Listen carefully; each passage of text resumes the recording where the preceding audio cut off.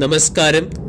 RBIയുടെ regulatory ഇന്റർവെൻഷന്റെ പശ്ചാത്തലത്തിൽ 20% ഇടിയുകയും lower സർക്യൂട്ടിലെത്തുകയും ചെയ്ത ഒരു സ്റ്റോക്കാണ് IIFL ഫിനാൻസ് ലിമിറ്റഡ് എന്ന സ്റ്റോക്ക്. IIFL ഫിനാൻസ് ഇന്ന് 477 രൂപ 75 പൈസയ്ക്ക് അടുത്ത് ക്ലോസിംഗ് നൽകി. 18,000 കോടി രൂപയുടെ മാർക്കറ്റ് ക്യാപ്പുള്ള കമ്പനിയുടെ valuation 10.20, dividend yield 1%, 52 week high 703, 52 week low 408. Reserve bank of India IIFL finance എന്ന NBFC കമ്പനിയോട് അതിൻ്റെ ഗോൾഡ് ലോൺ ഡിസ്ബേഴ്സ്മെൻറ്റ് ബിസിനസ് നിർത്തിവെക്കാൻ ആവശ്യപ്പെട്ടതിൻ്റെ പശ്ചാത്തലത്തിലാണ് സ്റ്റോക്ക് 20% ഇടിഞ്ഞത്.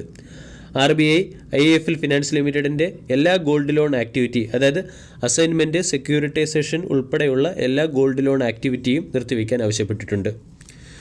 കഴിഞ്ഞ ഒരു വർഷം കൊണ്ട് ഇൻഡെക്സ് 26% റിട്ടേൺ നൽകിയപ്പോൾ IIFL ഫിനാൻസ് 31% റിട്ടേൺ നൽകിയിരുന്നു. മോത്തിലാൽ ഒസ്വാൾ പോലുള്ള പല ബ്രോക്കേജ് ഏജൻസികളും പറയുന്നത് ഈ തീരുമാനം കമ്പനിയുടെ ബിസിനസ്സിനെ പ്രതികൂലമായി ബാധിക്കും. കാരണം IIFL ഫിനാൻസ് എന്ന കമ്പനിയുടെ ടോട്ടൽ അസറ്റ് അണ്ടർ മാനേജ്മെൻറ്റിൻ്റെ 32% കോൺട്രിബ്യൂട്ട് ചെയ്യുന്നത് ഗോൾഡ് ലോൺ ബിസിനസ്സാണ്. ഇത് കമ്പനിയുടെ കോ ലെൻഡിംഗ് ആക്ടിവിറ്റിയെ പ്രതികൂലമായി ബാധിക്കാനുള്ള സാധ്യത കൂടുതലാണ്.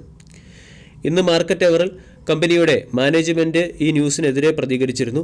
മാനേജ്മെൻറ്റ് പറയുന്നത് reserve bank of India gold loan ban ഏർപ്പെടുത്തിയത് എത്തിക്കൽ പ്രോബ്ലംസ് മൂലമോ ഗവർണൻസ് റിലേറ്റഡ് ആയിട്ടുള്ള ഇഷ്യൂ മൂലമോ അല്ല, തികച്ചും ഓപ്പറേഷണലായ ഇഷ്യൂവിന് മുകളിലാണ് reserve bank of India gold loan ban ഏർപ്പെടുത്തിയത്.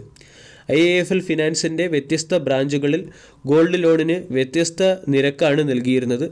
ഇതിനെതിരെ ഒരു പരാതി പോവുകയും റിസർവ് ബാങ്ക് ഓഫ് ഇന്ത്യ നടത്തിയ ഓഡിറ്റിൽ ഇത് തെളിയുകയും ചെയ്തു.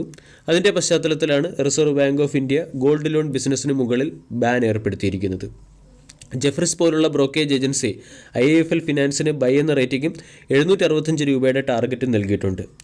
ഹയർ സൈഡിലുള്ള ടാർഗറ്റ് നൽകാനുള്ള പ്രധാന കാരണം റിസർവ് ബാങ്ക് ഓഫ് ഇന്ത്യയുടെ റെസ്ട്രിക്ഷൻസ് സ്പെഷ്യൽ ഓഡിറ്റിനും റെക്ടിഫിക്കേഷൻ പ്രോസസ്സിനും ശേഷം റിവ്യൂ ചെയ്യാനുള്ള സാധ്യതയുണ്ട്.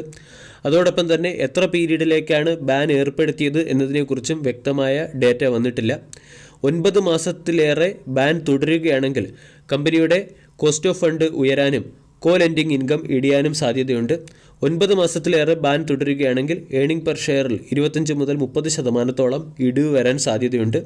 അതേസമയം റിവ്യൂവും സ്പെഷ്യൽ ഓഡിറ്റും പെട്ടെന്ന് നടക്കുകയും ബാൻ മാറുകയും ചെയ്താൽ സ്റ്റോക്ക് പെർഫോം ചെയ്യാനുള്ള പോസിബിലിറ്റിയാണ് കാണുന്നത്.